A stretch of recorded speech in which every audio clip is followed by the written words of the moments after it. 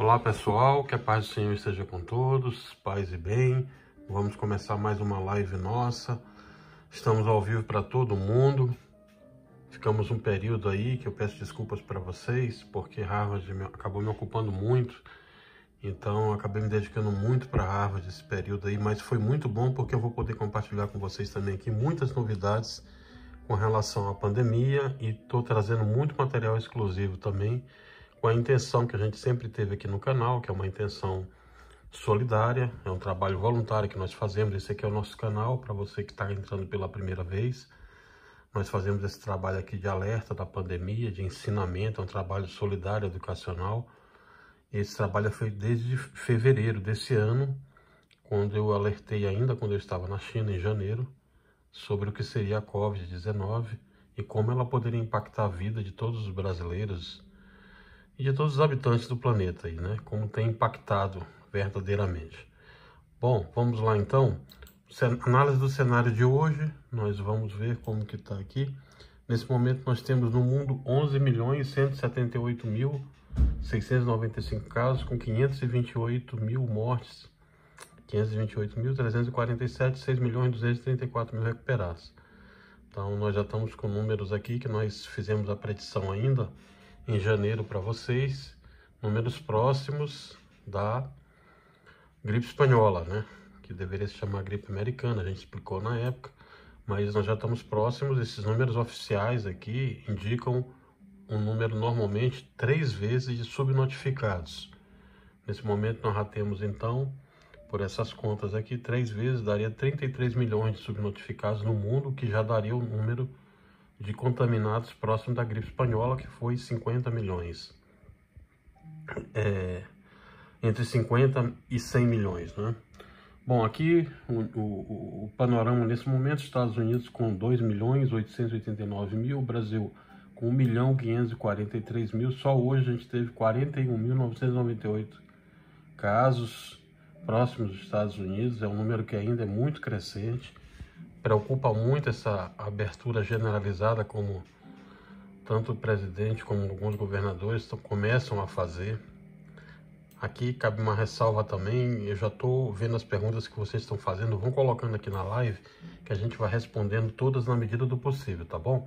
Vão deixando as perguntas aqui, vocês que estão entrando ao vivo também, e eu vou respondendo. A primeira pergunta que fizeram aqui, eu já vou começar a responder, porque é uma pergunta pertinente ao que eu vou falar aqui sobre Harvard já.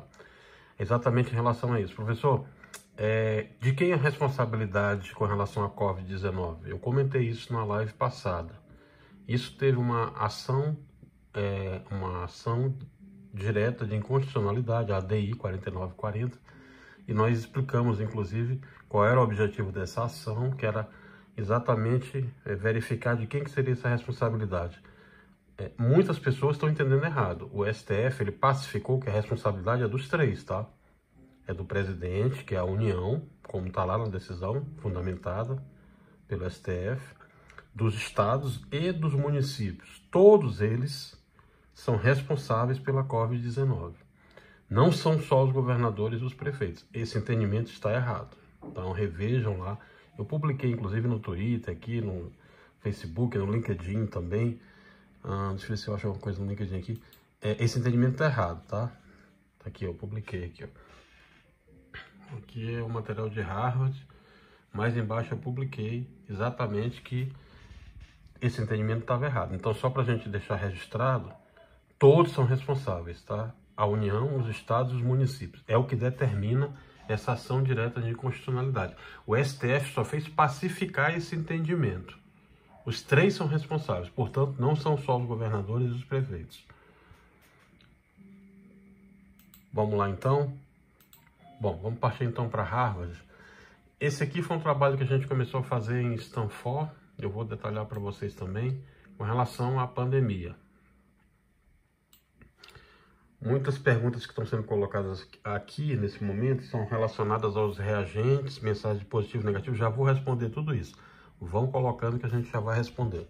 Eu trouxe o material para mostrar para vocês, que é um material muito relevante que a gente viu lá.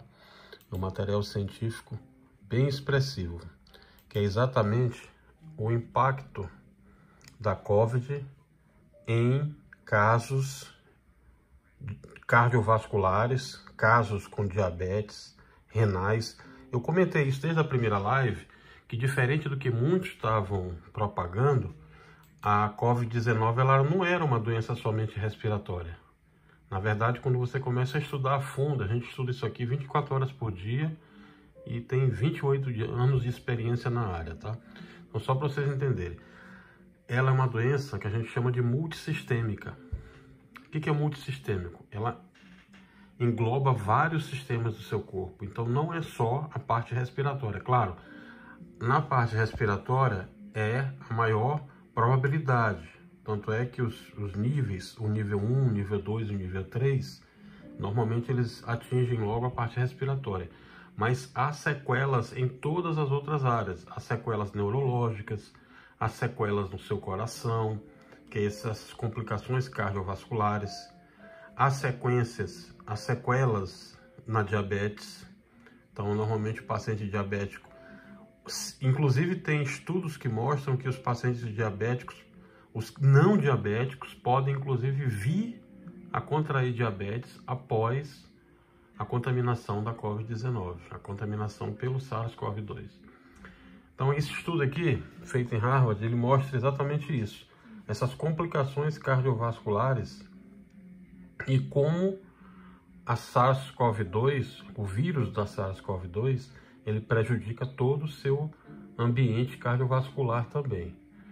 Por isso que a gente sempre disse desde o começo, ela tem impactos neurológicos, impactos renais, impactos cardiológicos, diabetes, tem impactos, se você tem comorbidades, ela vai trazer essas comorbidades para o grau pior, por isso que tem muitos pacientes indo a óbitos, exatamente por isso, tá? Então, esse estudo aqui, ele mostra exatamente essa influência cardiovascular que a Covid-19 provoca no paciente. Daí mais uma preocupação de que ela não é somente uma doença respiratória, e muito menos ainda é só uma gripezinha, como alguns falavam. Muito pelo contrário, ela é muito prejudicial, deixa sequelas. Nesse momento a gente está estudando inclusive os casos de reinfecções. Há muitas coisas que a medicina ainda está estudando. A engenharia, a inteligência artificial tem estudado muito essa área também. Há muitos enigmas ainda. Esse é o estudo da Covid-19, tanto em Nova York City, e mostra estatisticamente, com o trabalho de inteligência artificial, com dados estatísticos, como essas complicações cardiovasculares chegaram com a Covid-19. O que reitera o que a gente falava desde o começo. É uma doença multissistêmica. Não tem a mínima perspectiva de ser somente respiratório, não tem a mínima perspectiva de se trabalhar como vem se trabalhando, sem ouvir a ciência, sem ouvir os especialistas, sem ouvir esses trabalhos científicos que evidenciam o que não tem como você contra-argumentar. Não é achismo, não é ideologia, é ciência. E ciência, ela evidencia o que está acontecendo. Aí uma visão exatamente do SARS-CoV-2. O SARS-CoV-2 é o vírus. Ele é um vírus membro da família do coronavírus. E esse nome SARS-CoV-2, ele começou a ser chamado em fevereiro, tá? Então essa é a foto dele. E nós vamos ver agora exatamente essas complicações que ele provoca. O tipo de transmissão viral, a gente já comentou, de humano para humano. E em superfícies também, você tem as partículas do vírus que ainda ficam em algumas superfícies, com uma viabilidade aí, nos casos de aerossóis, de até 3 horas, que é a transmissão pelo ar. Plástico, aço, 72 horas, outras superfícies de 4 a 24 horas. Esse número pode ser reduzido de acordo com a distância social e os cuidados de higiene.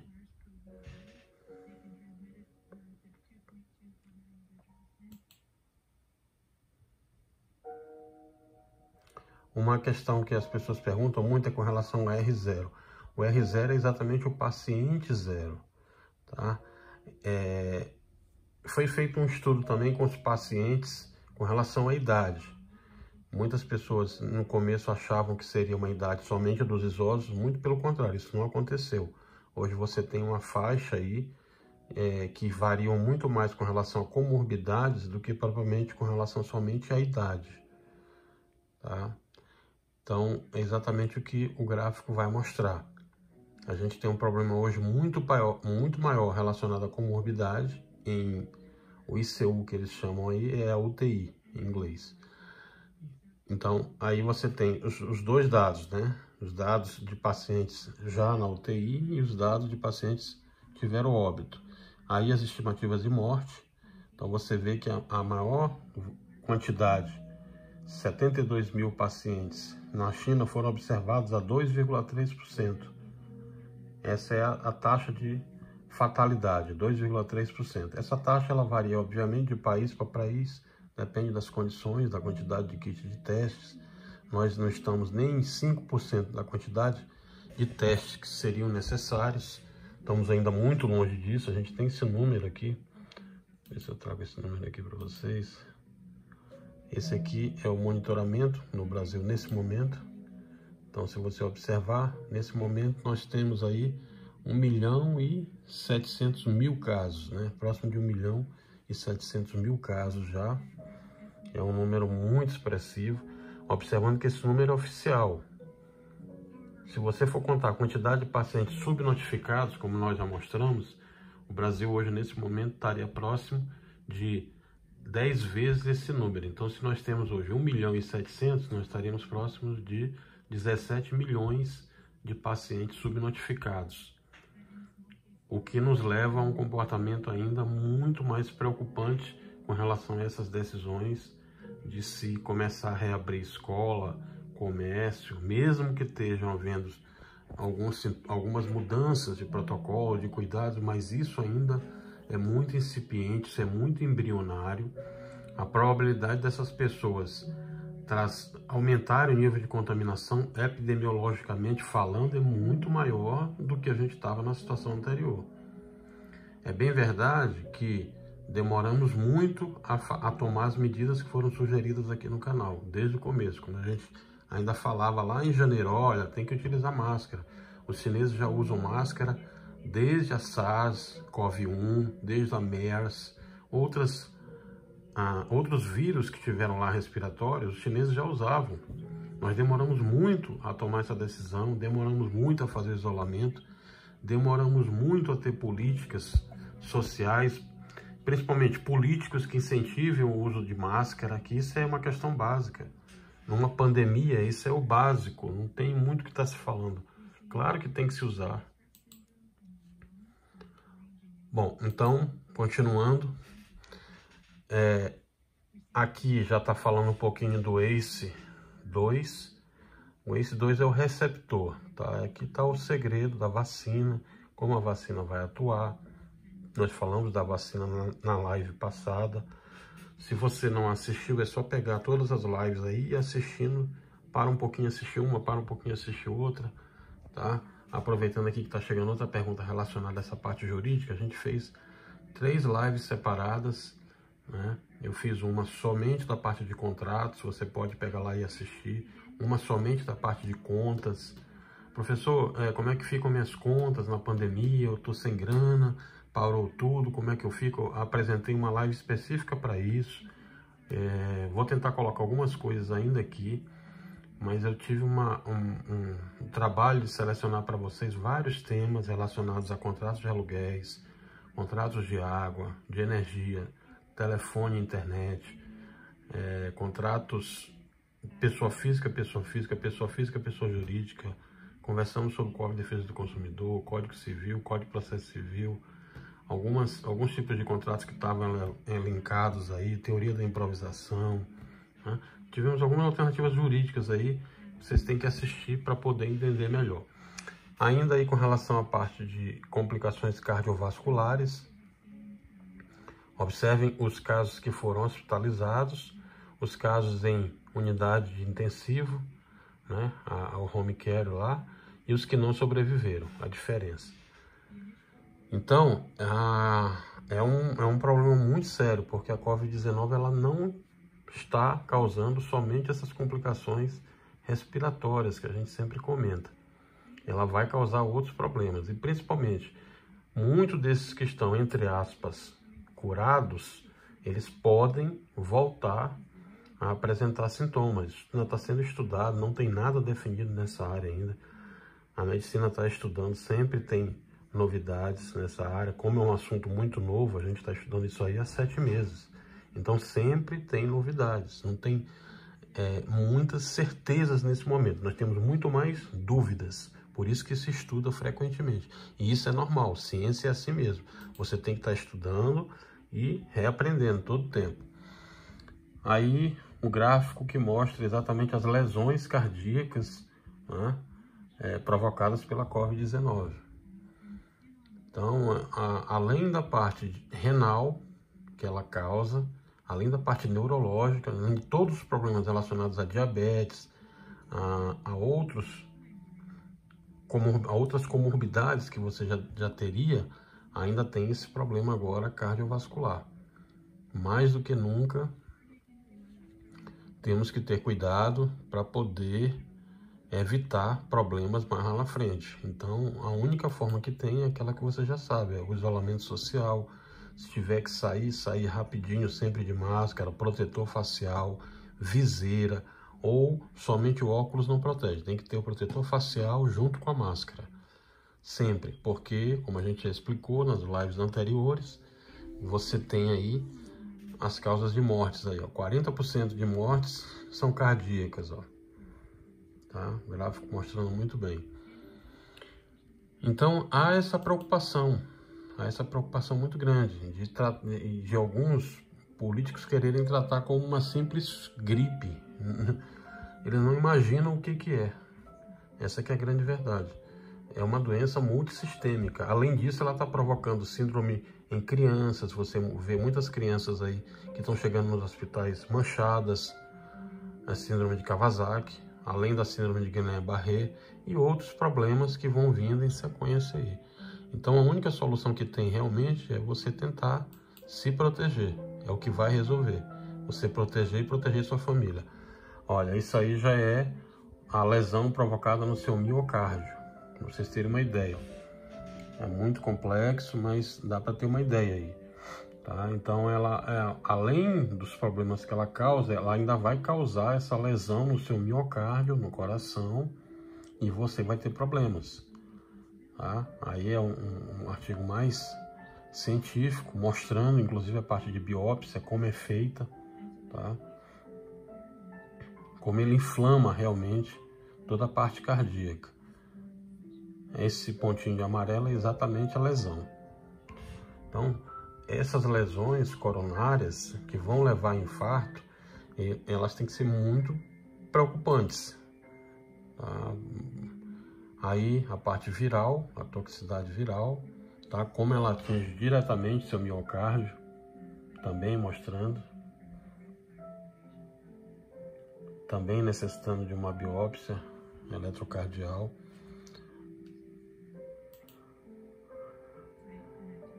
Aí a parte de células, como que é feita com o ACE2, tá?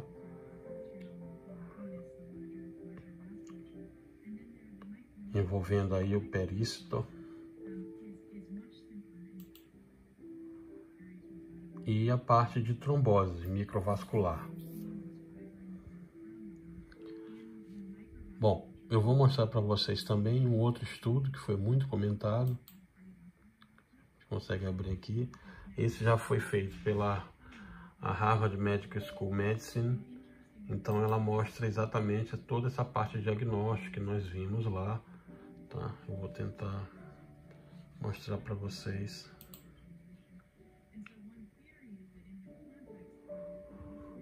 Agora sim.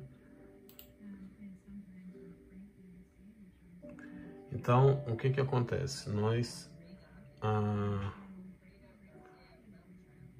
Essa é a parte de diagnósticos para Covid-19. Vamos começar olhando. 2 casos. Um caso com o paciente já com histórico, as medicações que foram trabalhadas, e um histórico tanto social como médico aí. Aí você consegue ver com muito detalhe já o pulmão com o vidro fosco, tá? Isso já é a COVID no paciente. E aí a explicação para o primeiro caso. Vou passar um pouquinho mais rápido porque tem muita coisa muito técnica e alguns de vocês não vão entender. Então eu vou focar no que é essencial aqui do nosso objetivo. Então vamos lá, aqui o caso B, que é um paciente negativo inicialmente, tá? E a diferença, certo? Isso aqui é importante para vocês entenderem. Isso aqui é a timeline. Isso aqui foi a timeline da pandemia ainda nos Estados Unidos, que está acontecendo, aconteceu lá, o que está acontecendo aqui. Começaram a reabrir, achando que já estava acabando, e assim como aconteceu também com relação à gripe espanhola, que houve isso também, eu citei para vocês na live retrasada, expliquei detalhadamente, inclusive citei as fontes, como aconteceu lá. Muitas pessoas começaram a sair nas ruas depois de 7 meses confinados, achando que já tinham acabado. E na medida que essas pessoas começaram a sair para as ruas comemorando que a gripe espanhola tinha acabado, ocorreu o inverso. Eles se contaminaram, trouxeram para dentro de casa, aumentaram os casos e foi a segunda onda da pandemia. Morreram mais de 20 milhões de pessoas. Então, mais uma vez, fica o alerta. Não é a hora de se reabrir tudo, não é a hora de se deixar as medidas de controle, muito pelo contrário, é a hora de muita atenção. A gente ainda está na subida. Eu trouxe para vocês, como eu sempre faço, para mostrar o estudo do gráfico de dispersão. E nesse momento a gente está na subida do pico. Esse pico começa a ser atingido agora em julho, comecinho de agosto. E aí sim a gente entra no platô, que é aquela parte em que você vai ter uma certa linearidade até começar a descer. Mas por enquanto a nossa situação é muito crítica e muito pelo contrário, a gente não está em nenhum momento de descida ou de platô, a gente está no momento de pico. Esse aqui é o estudo que eu fiquei de trazer para vocês, está em mandarim, eu vou já traduzir, que é exatamente relacionado a essa pergunta que vocês estão fazendo aqui, que é: professor, tem evidência para o uso desses testes rápidos para COVID-19? É esse estudo aqui, eu vou já traduzir e explicar para vocês. Vamos só finalizar lá que eu já volto para cá. A gente está com muito conteúdo, isso é bom, tá? Bom, aqui ainda, fechando aqui a parte cardiovascular, a doutora está explicando exatamente isso, tá? Como esses casos impactam. Isso aí, ó, bom para vocês terem uma ideia. Isso é o coração. Bom para vocês terem uma ideia de como que funciona. Aí, nesse caso, ele está sendo mostrado, né? E já é uma disfunção. Pra vocês terem uma ideia como que fica. Ó, a complicação cardiovascular, ela provoca exatamente esse efeito coronário aí, né?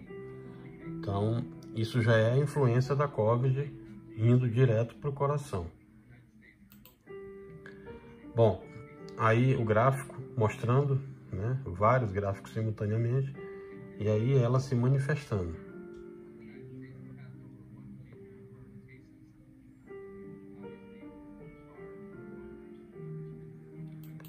Observem a gravidade, observem todas as consequências que tem de uma simples proteção que não foi feita. Aí um terceiro caso, que é mostrado também, já com o monitoramento das complicações cardiovasculares.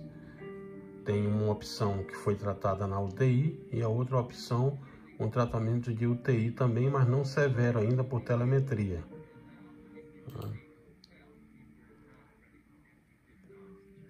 Aí todos os protocolos que foram utilizados.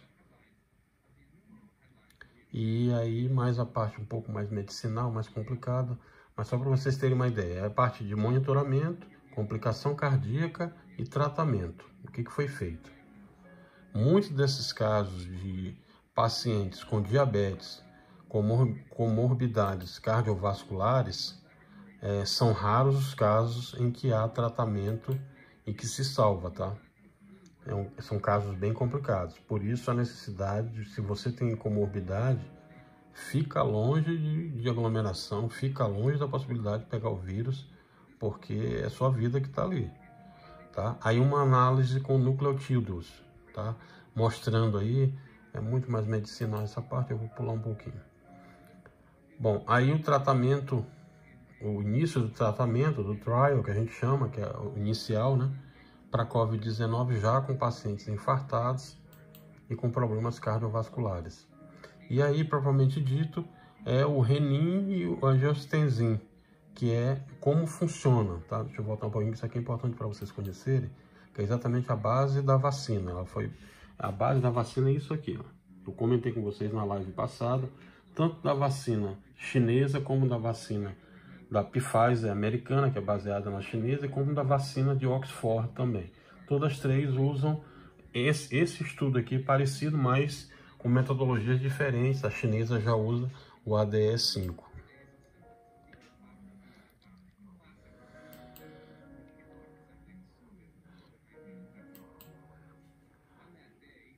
E aqui a conclusão desse trabalho de complicação cardiovascular, ou seja, a COVID-19 rapidamente ela atinge essas pessoas que têm comorbidades cardiovasculares, além da diabetes, que a gente já comentou, e situações de obesidade.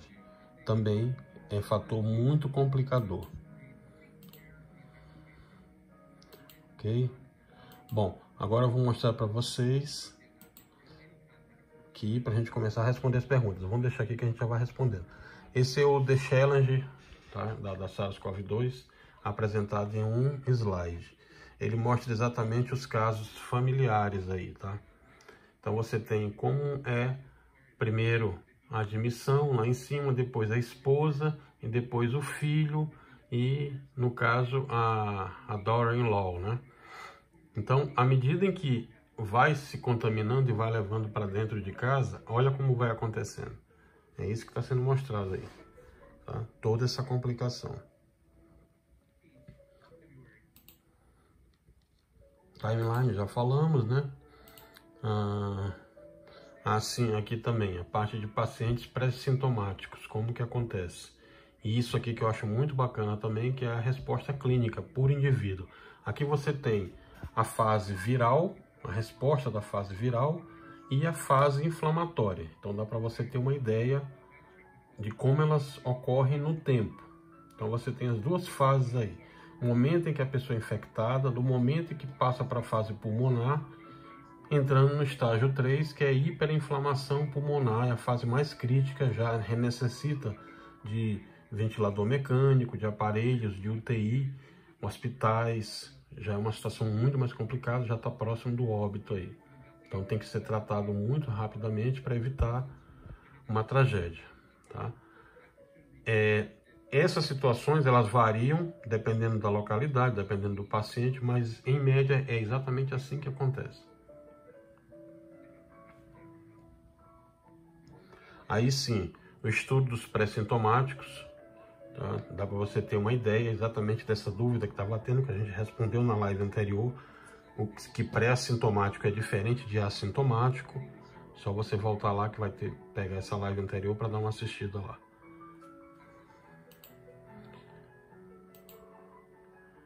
E aqui o estudo viral, né? Tanto o estudo viral como a resposta dos anticorpos. E eu vou entrar agora na pergunta que vocês estão fazendo, que é com relação a se há evidência ou não para esses testes rápidos de COVID-19. Para responder essa pergunta, eu vou pegar um estudo que concluiu que não há evidências que sustentem o uso desses testes rápidos para diagnósticos de COVID-19. Então vamos pegar o estudo aqui. Esse aqui é o estudo de respiratório, não é esse aqui é outro estudo japonês, já vou comentar com vocês. O estudo que eu quero mostrar para vocês é esse aqui, exatamente, o DBMJ. Vamos lá. Esse estudo é o estudo sorológico. Ele foi feito hoje, peguei hoje já para... Eu sabia que vocês iam perguntar, porque isso aqui é uma coisa que está tendo muita preocupação, né? O que acontece? Esse estudo ele concluiu que não há evidências que sustentem o uso de testes rápidos para diagnósticos de COVID-19. Essa análise foi publicada hoje, como eu falei para vocês. Foram analisados dados, estou traduzindo, tá?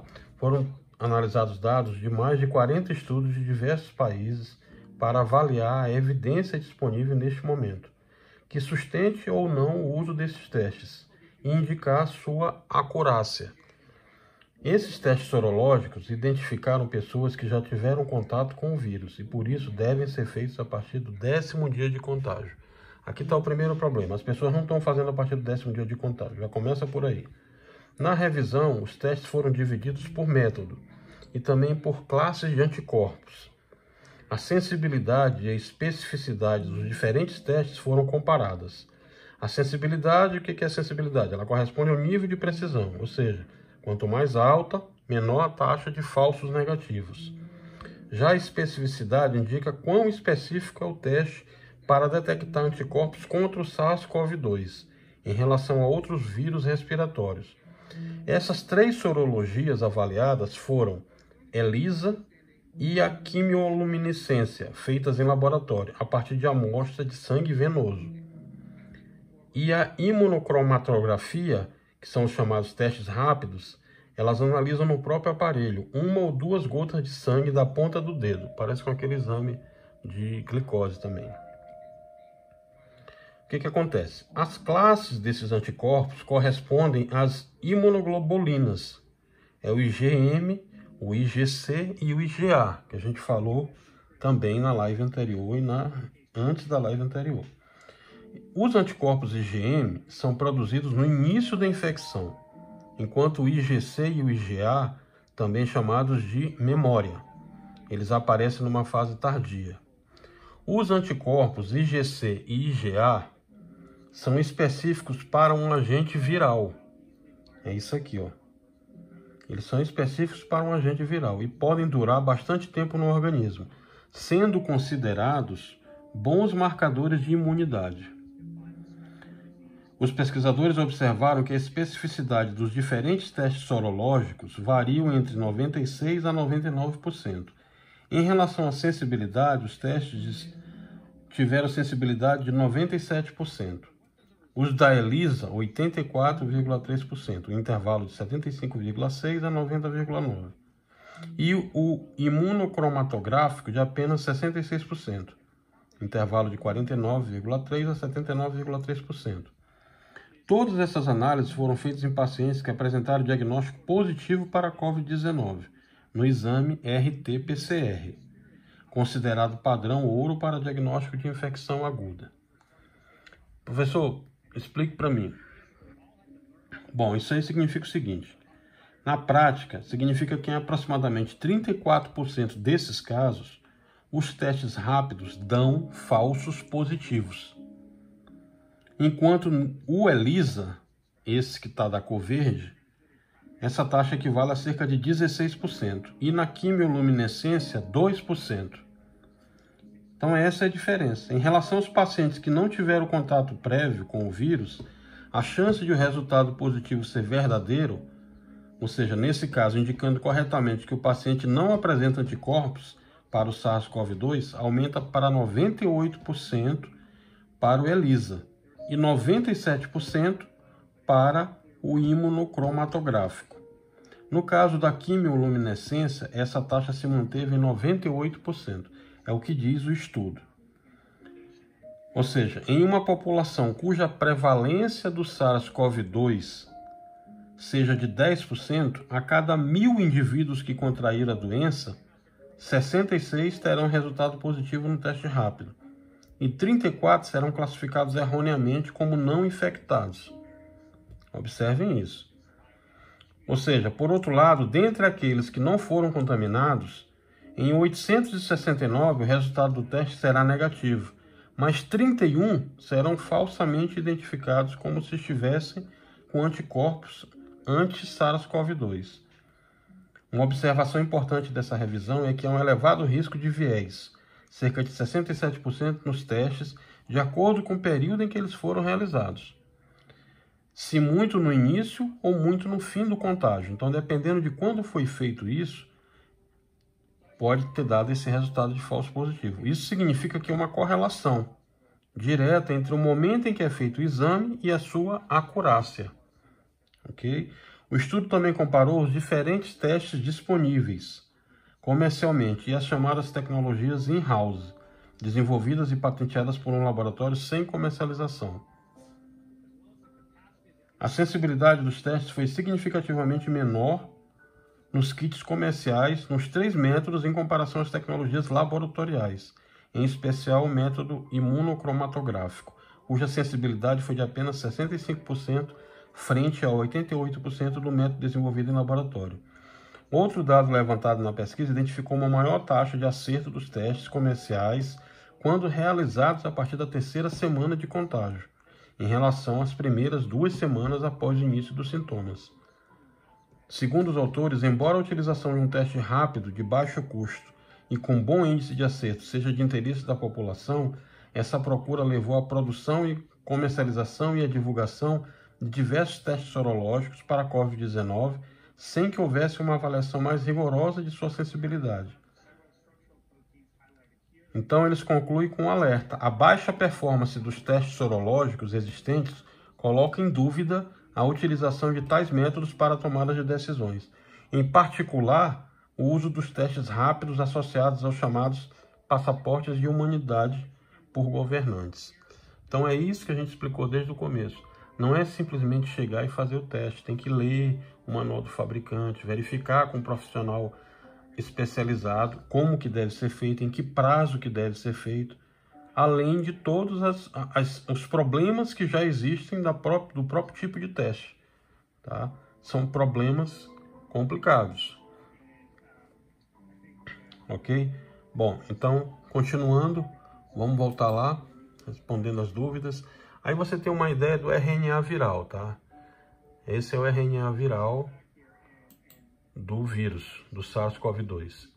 Então aqui você tem tanto a parte analítica, né, como o RNA viral. Eu gosto muito de mostrar o RNA viral porque aqui você tem uma ideia realmente com o que é a cepa, que a gente sempre fala para vocês, o que é a membrana que protege, a membrana proteica, tá? O spike, que é onde é feito esse trabalho, e a membrana lipídica. Tá? Aí você tem o envelope também, ali, mostrando, ó. Enfim, aí é exatamente o RNA do vírus envelopado, na sua maneira mais simples, ok? Bom, aí os diferentes tipos de casos que foram analisados também, como usar o teste, né? Eu quero mostrar isso aqui para vocês também, que é interessante isso aqui. Bom, aqui é como que é feito exatamente o teste, é assim que é feito. Então, observem como que é feita a coleta da nasofaringe, tá? Esse é o exame que vocês mais têm vistos por aí e que tem que ter esses cuidados que a gente acabou de mencionar. Aqui, então, é feito um comparativo da FDA,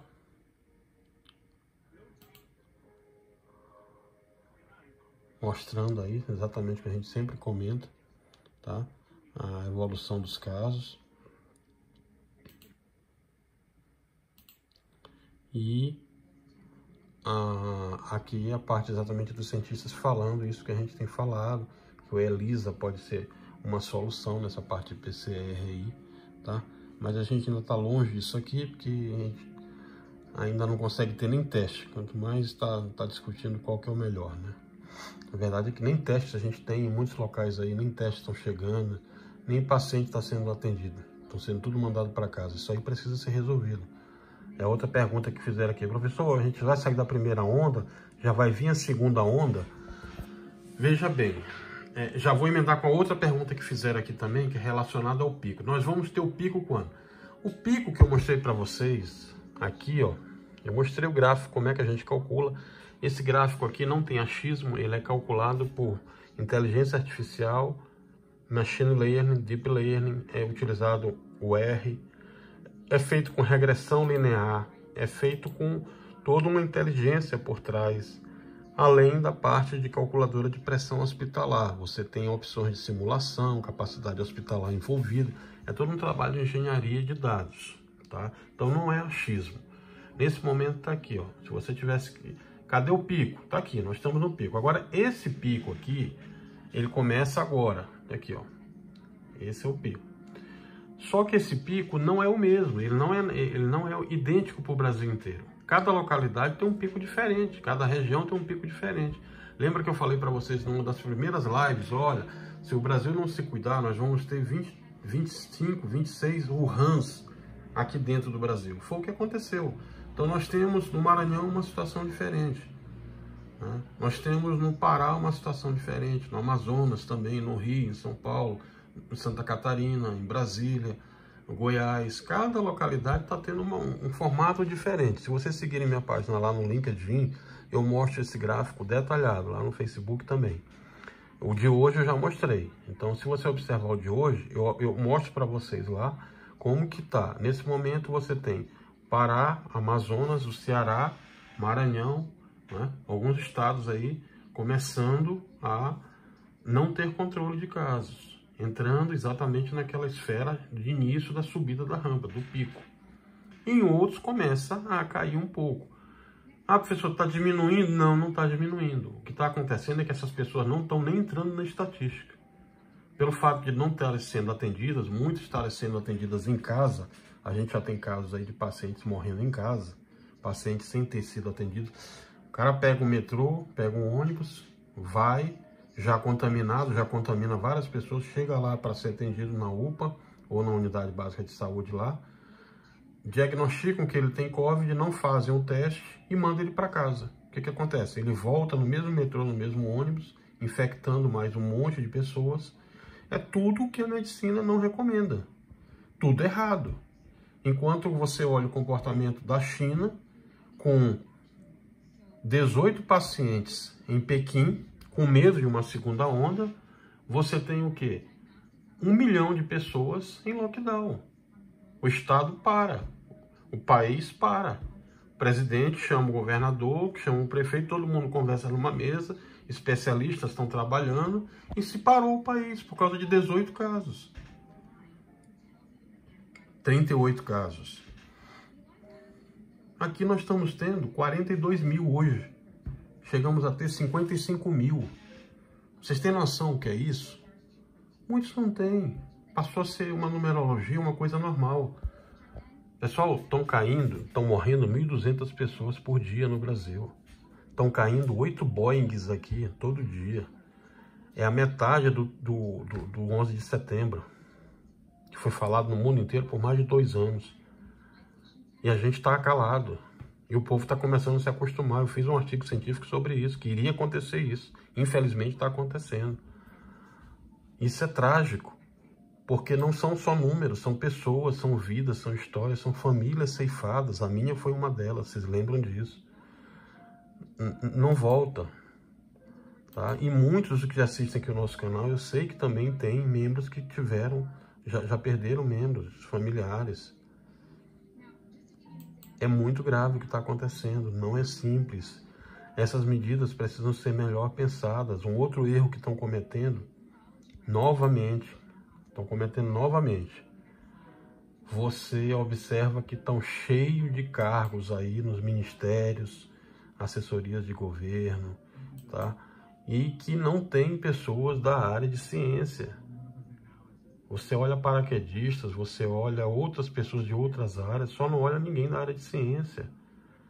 E só procura a ciência quando é para resolver um milagre. Não é assim, a ciência tem que estar participando, a educação tem que estar ali, a universidade tem que estar ali. Estudos desse aqui, como a gente está mostrando, é que resolve as coisas.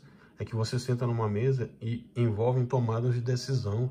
Por isso que é chamado de estudo para planejamento estratégico. Não é achismo, tá? Outro problema que nós estamos tendo é exatamente com relação a esse tipo de postura. A postura nesse momento tem que ser como, por exemplo, a do presidente, não vou nem dizer o da China, não, vou pegar o de Portugal, né? Que como eu é professor de Direito, eu tive a honra de conhecê-lo, Marcelo, num evento lá. É um cara extremamente simples, como a gente está aqui explicando para vocês.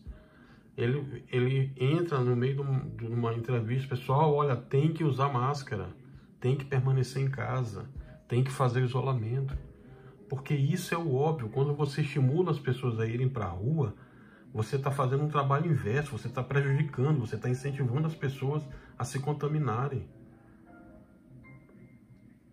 Além de todos esses problemas, nós estamos tendo, como tivemos já, 56 mil casos em um dia oficiais. Muita gente não tem atenção para esse número. Eu vou explicar para vocês. Vamos pegar aqui. Vou trazer aqui os números. Vamos lá. Quantos pacientes têm infectados nesse momento na China? Vamos pegar. 83.542. 83 mil, professor, na China, não é muito? Se você pegar 2 dias no Brasil, a gente ultrapassa o que eles tiverem em 6 meses. Aí eu te volto a pergunta. A China é um país com 1,7 bilhões de pessoas. Nós temos 212 milhões. Então a China, além de ser muito mais populosa do que a gente, de ter começado ainda lá os casos, eles controlaram, eles são exemplos de controle. Quando teve esse problema em Pequim, eles pararam tudo para cercar Pequim, além do que já tinham feito em Wuhan. E já tem agora a possibilidade da gripe suína. A gripe suína eu já tinha comentado com vocês aqui muito antes, né? Outra coisa, todos esses efeitos, as pessoas estão perguntando aqui, estão inclusive utilizando frases aqui que eu sempre recomendo para que não usem, porque isso aqui se chama preconceito xenófobo. Tá? Você não pode utilizar de xenofobia, é um crime. Como professor de direito, eu tenho que alertar vocês. Não faça esse tipo de comentário aqui. Não se difama, não se injuria, não se aplica calúnia, e muito menos se usa preconceito ou xenofobia. Tá? O vírus chinês não é vírus chinês. Assim como a nossa dengue e a zika aqui no Brasil, você não gostaria que se chamasse lá fora de zika brasileira. Como você não queria que se chamasse também de gripe espanhola ou gripe americana, quem mora nos Estados Unidos. Então, por que tem esses problemas todos? Não é culpa da China, não é culpa do Brasil, não é culpa dos Estados Unidos, de Portugal, como os gafanhotos que estão vindo agora pela fronteira da Argentina, não é culpa da Argentina, não é culpa da Turquia, não é culpa do Paraguai, onde eles estavam. É culpa do homem. Tá? Você quer entender de quem é a culpa? Eu expliquei no artigo científico. É só você entrar no LinkedIn ou no Facebook aí e ler meu artigo científico lá. Eu passei 2 dias fazendo para explicar para vocês. É influência de quê, professor? É influência de todo o tratamento que o homem tem feito ultimamente. Aquecimento global, que nós não ligamos, das queimadas, das devastações que vocês estão vendo aí hoje, tá? Do problema de desmatamento que tem, desses incêndios criminosos. Além do problema do homem cada vez mais trazer o habitat dos animais para dentro das cidades. O porco, o morcego, o pangolim, eles só são hospedeiros de um patógeno. Eu expliquei isso para vocês na nossa 4ª live, detalhadamente. Inclusive mostrei, filmando, tudinho detalhado. O que é patógeno? Vai lá que você vai entender. O que é hospedeiro? Vai lá que você vai entender. Sozinho, o porco não causa vírus. Sozinho, o pangolim não causa vírus, tá? O pangolim podia ter sido servido, né, professor? Como o pessoal comentou aqui. Não adiantava, cara. Vou explicar uma coisa para vocês. O problema não é o local, não é a China, não é o Brasil. É a forma como o homem tem feito. Nós cada vez não tínhamos higiene, agora que está se falando de higiene. Esse costume de higiene tem que permanecer. Porque sempre a gente vai ter outras viroses aí. Vamos ter mais vírus vindo aí. Eu falei isso para vocês na 2ª live. Não se surpreendam se a Covid-19 for só o começo. Tá lá, pega lá. Fiz as predições de tudo que está acontecendo agora. Fiz as predições baseadas nesses 30 anos que a gente estuda isso. E a gente não estuda só medicina e engenharia. A gente estuda direito, inteligência artificial, administração, tecnologia, machine learning, gerenciamento de projetos. Temos ferramentas de regressão nuclear. A gente estuda isso aí há muito tempo. Então, a gente já vinha prevendo isso. Olha, não é só a Covid-19. Vão vir mais outros vírus, vão vir aí se o homem permanecer como ele está agindo. Se nós, cada vez mais, não dermos atenção à natureza e à nossa participação na natureza. Então, o fato de estar sendo lá na China, foi com SARS-CoV-2 e pode vir com a gripe suína, né, que é o H4N4, é outro vírus, que inclusive ele é muito mais perigoso que esse que a gente está trabalhando e o HN1, que é o SARS-CoV-2 e o HN1. Assim como pode vir uma mutação do SARS-CoV-2 agora, que é o D614, que já está sendo também comentado na China. Por quê? Porque precisa-se ter todo esse cuidado. Encarar uma pandemia com mais responsabilidade, o que não foi feito. No Brasil você tem, além da irresponsabilidade, você tem negligência, você tem omissão, você tem incentivo para que as pessoas não usem máscara, você só tem coisas ruins acontecendo. Quando a gente sabe que o procedimento teria que ser inverso. Não, isso aqui é uma coisa muito perigosa, eu não vou resolver, vocês precisam me ajudar, vamos sentar com os especialistas, vamos criar um gabinete de crise, vamos adotar toda uma estratégia de um planejamento aqui, com um conjunto de metas e ações definidas, sentar com os governadores, sentar com os prefeitos, sentar com a população, fazer entrevistas coletivas mostrando o que está acontecendo e encarar a pandemia como ela deve ser encarada. O problema não é a pandemia, o problema da economia não é a pandemia. É isso que ainda não entenderam. A pandemia seria a solução. Se nós tivéssemos tratado a pandemia como a gente colocou aqui no canal desde o começo, com todos aqueles planejamentos, aquelas ações, todas aquelas atitudes preventivas, hoje a gente já teria passado da Covid. E eu falei isso para vocês também. Vejam o caso de Taiwan. Eu morei em Taiwan, eu trabalhei em Taiwan. Eu fui em Taiwan umas 6, 7 vezes já. Em Taipei, que é a capital de Taiwan, é a China bonita que a gente chama. Em Taiwan, em Taipei, você não olha um lixo no chão. As pessoas têm um comportamento completamente diferente da China Oriental, que é um pouco mais... é como o Brasil, é mais desigual. Tem misérias de um lado, tem lixo do outro lado, tem pessoas educadas do outro lado. Em Taiwan isso não é assim. A tendência é ser um pouco mais limpa, mais educada, né? Até pela formação de Taiwan, que eu expliquei para vocês na segunda live aqui. Vai lá e olhe lá, que você vai entender. Quer entender tudo de Taiwan? Falei isso tudo para vocês. Como que foi a colonização, como que começou, como eles trabalham, como eles fazem com a borra de café brasileira, que aqui a gente joga fora, lá eles aproveitam e vendem como perfume. E eles reciclam tudo lá. A tecnologia que eles têm, um povo maravilhoso. Os chineses também são povos maravilhosos. Alguns realmente têm esses costumes que vocês já sabem, mas nem todos são. Inclusive aquele vídeo que circula aí, aquilo ali nunca foi na China, tá? Tem um vídeo que mandaram aqui, já comentaram aqui também sobre esse vídeo hoje novamente. Vou repetir, esse vídeo aí que mostra os caras comendo cachorro, aquilo ali nunca foi na China. Tem que ter cuidado com o que fala. Aquilo ali é em outro país, tá? Não é na China. Eu comentei para vocês na quarta ou foi a quinta live. Eu comentei qual era o país, mostrei, abri o vídeo, mostrei tudo para vocês lá. Mas não é a China, a gente precisa ter cuidado com o que fala. Tá? Os chineses erraram, professor? Erraram. Erraram sim, como eu sempre disse para vocês. Erraram no começo da pandemia, porque eles deveriam ter agido mais rápido. Inclusive não são os chineses, aquilo ali foi o Partido Comunista Chinês. Eles têm problemas, como a gente também tem problema aqui no Brasil. Como os americanos também têm problema lá. Como o Trump achava também que seria só uma gripezinha, e como ele estava preocupado com as eleições que estariam acontecendo, ele estava em primeiro lugar nas pesquisas, agora ele está vendo que ele não vai sequer ser reeleito, porque ele caiu drasticamente depois da postura que ele teve. Tanto com relação à pandemia, como com relação às passeatas antirracistas, e assim por diante. Então todas essas coisas, todos esses problemas existem em qualquer país, não é só aqui, não é só na China. É isso que precisa dizer. Uma coisa é o povo chinês, uma coisa é o povo brasileiro. Outra coisa são os políticos brasileiros e os políticos chineses. A gente precisa separar as coisas, tá? Então, o que aconteceu foi exatamente isso. Como que está acontecendo aqui?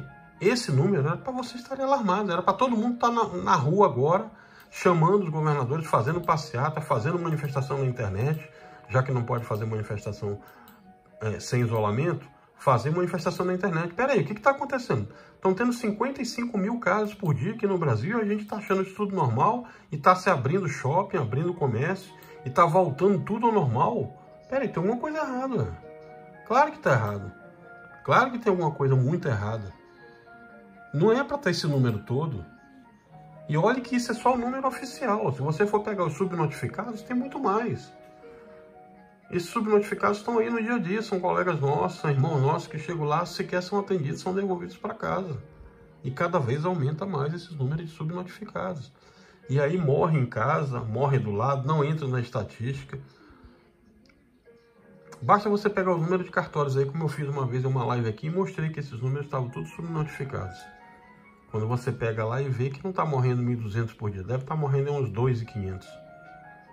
Quase a metade são subnotificados. Isso sim é muito grave. Bom, aí então o estudo do RNA, a sorologia para epidemia, epidemiológica, né, em saúde pública, um outro trabalho de Harvard aí também, muito bem apresentado. E ele vai mostrar aqui, vamos lá, vamos pegar. Tá, a equipe, vamos pegar lá. Exatamente, aqui já mostra um pouquinho do que foi, mostrando a variação gráfica, né, o alto nível de doenças e infecções, o que a gente já tem comentado aqui no Brasil que está acontecendo também, né? 1 em cada 5 nova-iorquinos podem ter tido a Covid, já podem ter tido a Covid. 1 em cada 5 nos Estados Unidos. E aqui a gente não está muito distante desse número também não. Só que aqui a gente tem coisas muito piores, porque lá eles não têm problema de saneamento, lá eles não têm problema de esgoto, lá eles não têm problema de higiene, lá não moram 8 pessoas numa favela como mora aqui no Brasil, 8 numa mesma casa. Como é que você vai fazer isolamento se um está contaminado? Vai contaminar os outros 8. E aí quem tiver algum tipo de problema, alguma comorbidade, ou não fizer o tratamento adequado, como a maioria não faz, porque fica em casa, aí vai no médico, lá não tem atendimento, até para chegar no médico já é difícil, liga na ambulância, não tem, ou seja, e vai morrendo. E aí as pessoas começam a sentir aquele impacto quando começa a morrer algum familiar. Aí corre para querer mudar de atitude, aí corre para usar máscara, aí corre para fazer o que deveria ter feito antes. E isso é que precisa ser evitado. A máscara ela tem que ser um bem obrigatório, como a lei diz, né? Inclusive tem outra pergunta aqui com relação a isso também, chegou aqui, deixa minha filha pegar aqui, que é ela que pega as perguntas aqui, pega aqui, pai. Dá uma água aqui pro papai rapidinho. Então vamos lá. Pergunta dele, qual que é? Tá, ok. Bom, a pergunta dele é que muitos chegam perguntando aqui toda hora também, né? E infelizmente, professor, quando termina tudo isso? Eu tenho que ser sincero com você. Eu não tenho resposta para isso. Na ciência, a gente só dá a resposta baseada em evidência. O que eu posso te dizer é que cada vez mais a gente está se afastando desse ponto. Porque como nós não fizemos o que tinha que ter sido feito no começo, nós não fizemos isolamento, nós não fizemos lockdown como deveria ter sido feito, os políticos não se uniram, não teve planejamento, não teve gabinete de crise. Um ministro, inicialmente, que entrou, que era o Mandetta, começou a fazer algumas coisas certas, começou a fazer as entrevistas, depois o Tait tentou, não conseguiu também, foi um outro, e depois entrou o terceiro, que é um desastre, porque não é da área também. Esse aí, pelo contrário, ainda fez foi omitir os dados, tudo que os protocolos de medicina, de engenharia, do direito, né, prevêem, nada disso foi feito, briga. Agora a AGU briga com a Procuradoria para impedir que o presidente use máscara. Olha a que nível a gente chegou. Alguém tem que entrar, algum poder ou alguém fardado para dizer que uma atitude óbvia tem que ser tomada. Esse é o nível que a gente está nesse momento. Claro, não é só o presidente o culpado por isso tudo, não. Eu acho que ele é o principal culpado, concordo. Porque ele, desde o começo, não tomou as ações que deveria ter tomado. Mas tem governador aí roubando, que está errado. Tem governador que não fez também, tá? Tem prefeito que não fez, tem prefeito falando besteira. Tem todo um conjunto aí. Claro, ele é o maior culpado. Isso aí não tem quem tire, porque está evidenciado desde o começo, sua postura, sua falta de responsabilidade para chamar os outros, sua falta de sensibilidade com essas pessoas que estão morrendo. Quando você vê 64 mil pessoas, 64 mil famílias ceifadas e nenhum comunicado para essas pessoas, eu não preciso mais responder o restante. Eu evito entrar aqui em assuntos políticos, como eu sempre fiz. Eu foco na ciência. Mas quando eu vejo que é uma atitude política errada, eu tenho que mencionar.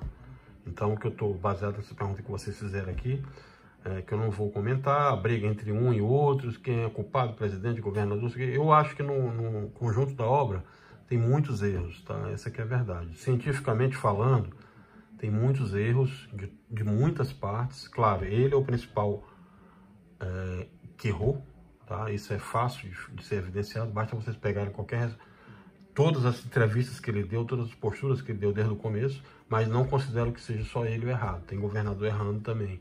Governador que não seguiu. Teve alguns governadores que agiram certos, que ouviram a ciência, que adotaram protocolos, né? Que você vê que foram um pouco mais racionais, um pouco mais técnicos, que ouviram principalmente seus assessores.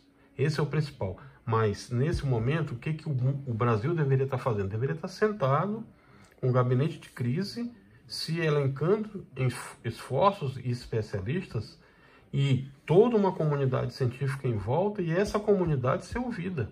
Porque numa pandemia, o que resolve são atitudes sem ser atitudes com ideologias, sem ser atitudes com achismos, sem ser atitudes preocupadas com político A, político B. Não é o povo, são nossos irmãos que estão morrendo. O vírus, ele não pergunta, ele não pede sua carteira de identidade para ver em quem você impede seu título de eleitor. Não, ele não pede seu título de eleitor. O vírus chega, entra no seu corpo e mata. Então, não é a questão de você estar preocupado com quem é o partido. Isso é uma discussão inócua, uma discussão que não leva a nada. Nós temos que estar preocupados em salvar vidas. Nós temos que estar preocupados em informar o próximo. Olha, não sai, não faz isso. E, principalmente, evitar esse discurso negacionista. Esse discurso negacionista, inclusive, eu comentei aqui. Tem uma teoria, né? Falei para vocês de Charles Galton. E isso é estudado na medicina, esse discurso negacionista.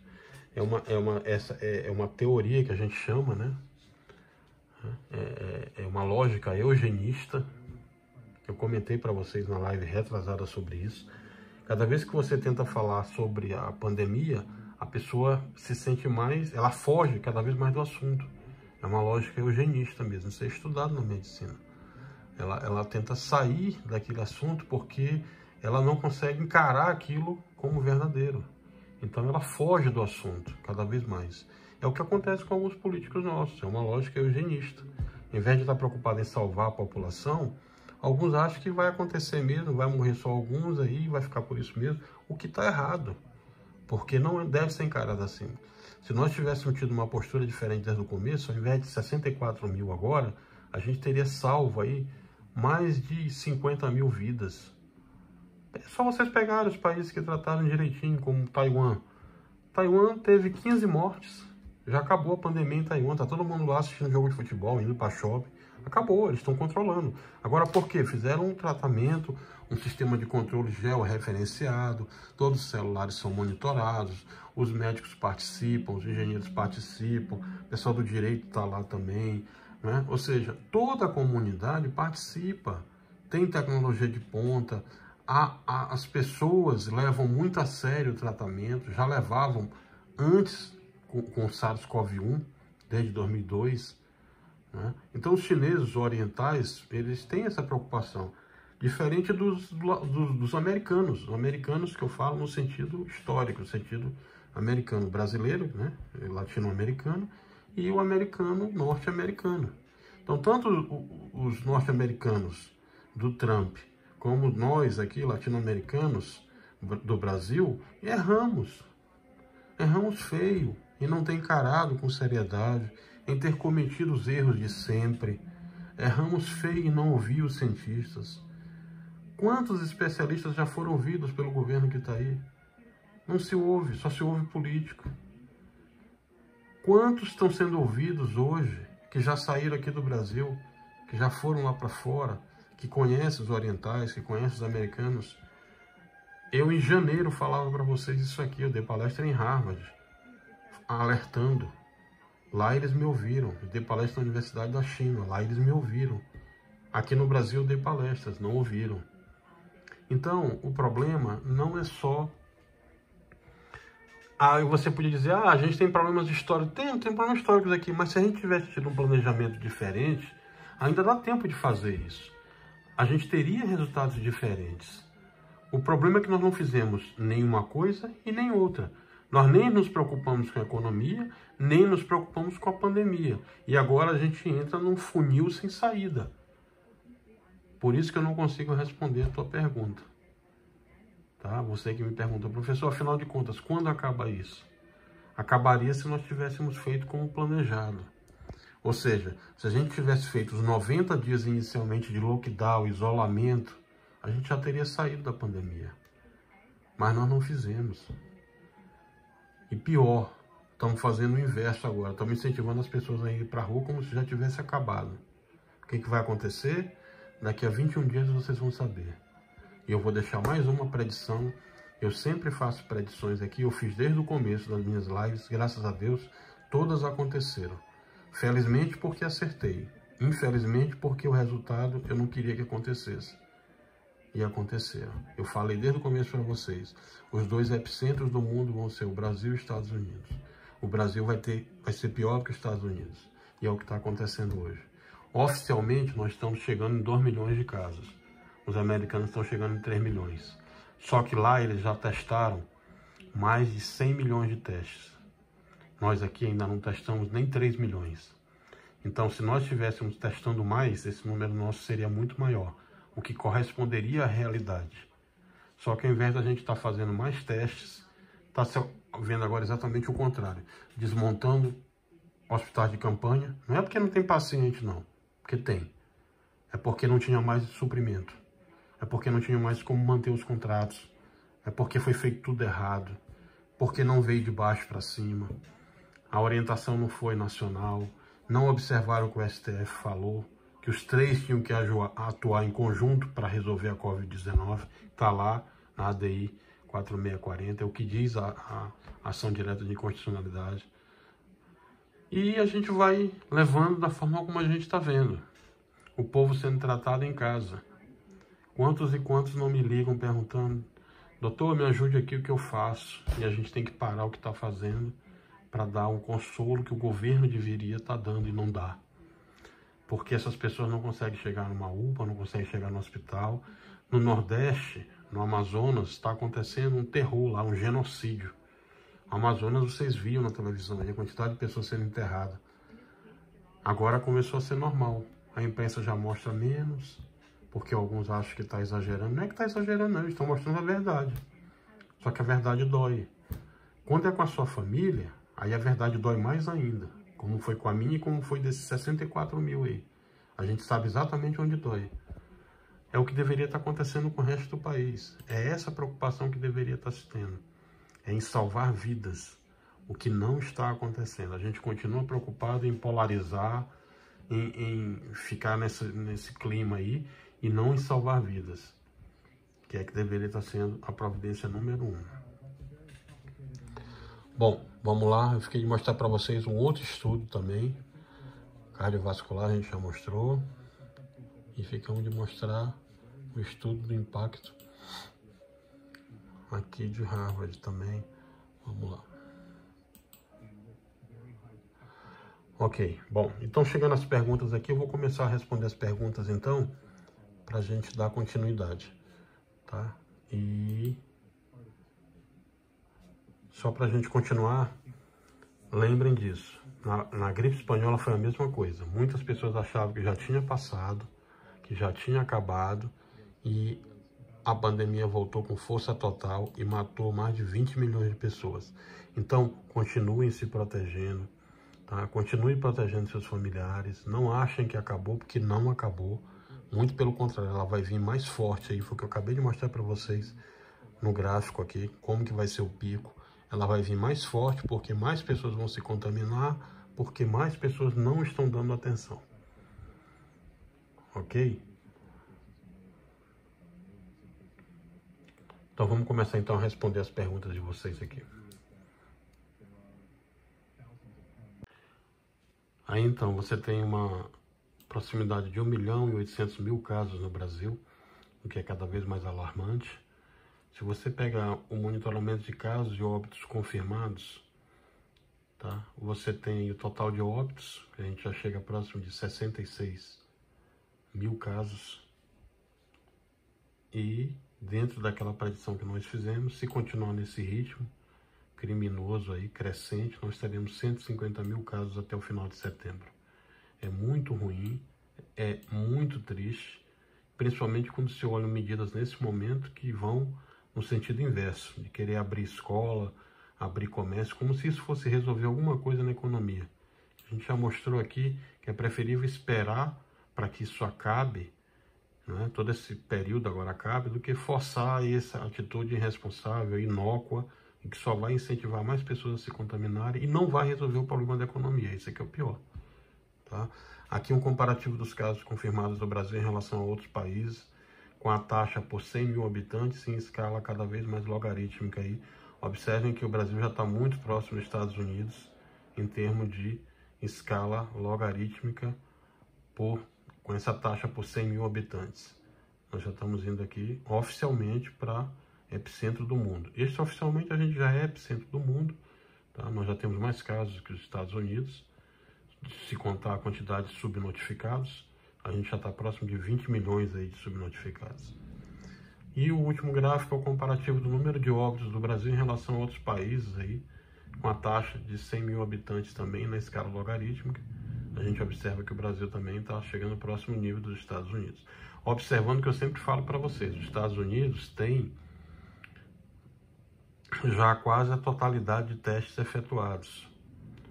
Eles já fizeram, próximo, vamos pegar aqui a quantidade de testes que os dois já fizeram, vamos pegar lá. Nesse momento, o Brasil já fez, ó, Brasil, linha 2, 3.290.000 testes. Os Estados Unidos fizeram 36 milhões. Então, se você comparar, os Estados Unidos com próximo de 3 milhões de casos, fez 36 milhões de testes. Eles já fizeram 31 vezes mais do que a gente. Então, nós, além de não estarmos fazendo a quantidade de testes necessário para esse número realmente mostrar a realidade, nós ainda temos essa disparidade que a gente acompanha diária aí, né? De omissão de dados, omissão de casos, apesar da OAB ter agido firme aí e o Ministério Público, a Procuradoria, ter obrigado eles a mostrarem os números verdadeiros. Mas ainda assim a gente percebe que está muito longe de transparência, o que é o ideal. É o que a lei diz, né? O princípio da moralidade, da impessoalidade, do lei de acesso à informação, da transparência pública nesses números, principalmente quando está se falando de vida, aí mesmo muito mais relevante ainda. Tá bom, pessoal? No mais, agradecer a todos vocês que sempre assistem nossas lives aqui no canal. Por favor, peçam para que outros se inscrevam também aqui, ó. Clica aqui em inscrever-se no canal aqui, ó, para que outros tenham acesso também. Compartilhe esse nosso trabalho, que é um trabalho solidário, educacional, voluntário, que ajuda outras pessoas. Tem outras lives aqui que vocês podem assistir também, específica pelo tipo de dúvida que vocês têm, tá bom? E, no mais, agradecer, pedir para que compartilhem. A gente está aqui disponível, como sempre estivemos, já estamos na madrugada. Obrigado a todos que ficaram ao vivo, colocaram as perguntas aqui no canal, nós respondemos na medida do possível. Já fica para a próxima live. E a gente na próxima live vai falar ainda mais de outros assuntos relevantes e de muito mais assuntos relacionados à vacina, tá bom? Que a gente está preparando para trazer para vocês já as últimas novidades, quando que vai ser a aplicação, tanto da vacina chinesa como da americana, de Pfizer, como da vacina de Oxford. E quando que já começam? Lembrando que a gente precisa manter todo esse trabalho aí com relação às atitudes preventivas, para não acontecer o que aconteceu lá em 1918, que muitos relaxaram e aconteceu que as pessoas foram para a rua, acharam que tinha acabado e aí retornaram com mais de 20 milhões de mortos. Então vamos valorizar a vida, vamos salvar a vida do próximo. Obrigado mais uma vez, me ajudem a salvar a vida dos próximos também. Fiquem com Deus, paz e bem. E lembrando que a gente começou falando, né? A gente espera que eles tenham aprendido o valor da ciência, mesmo que pela falta dela. Forte abraço, fiquem com Deus.